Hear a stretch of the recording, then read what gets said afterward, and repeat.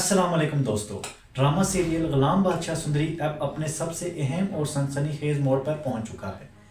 آنے والی قسطوں میں آپ دیکھیں گے کہ قربان علی کی گھناؤنی سازش بے نقاب ہو رہی ہے، لیکن بادشاہ ایک ایسا قدم اٹھانے والا ہے جس نے سب کو حیران کر دیا ہے۔ آج کی ویڈیو میں ہم پرومو کا مکمل ریویو کریں گے اور دیکھیں گے کہ کیا واقعی غلام اور سندری کی زندگی بدلنے والی ہے۔ پرومو میں دکھایا گیا ہے کہ قربان علی نے غلام کو درخت سے باندھ رکھا ہے اور سندری کو موت کے دہانے پر کھڑا کیا ہے۔ اس کا مقصد صرف اپنی بیٹی کی خوشیاں حاصل کرنا ہے، لیکن اس سے نہیں معلوم کہ بادشاہ کو سچائی کا پتہ چل چکا ہے۔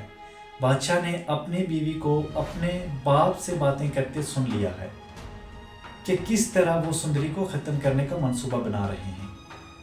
بادشاہ عین وقت پر ڈیرے پر پہنچتا ہے اور قربان علی کو خبردار کرتا ہے کہ اگر سندری کو کچھ ہوا تو وہ اس کی بیٹی کے ساتھ برا سلوک کرے گا۔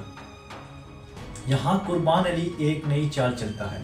وہ بادشاہ کے دل میں غلام کے خلاف زہر بھرنے کی کوشش کرتا ہے کہ غلام نے دوستی میں غداری کی اور سندری کو لے کر بھاگا۔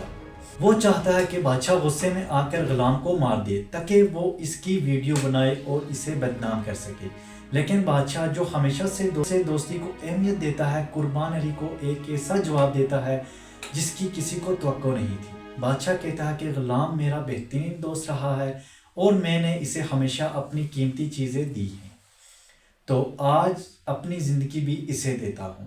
سب سے بڑا دھماکہ تب ہوتا ہے جب بادشاہ موقع پر ہی مولوی صاحب کو بلاتا ہے اور غلام اور سندری کا نکاح کروا دیتا ہے۔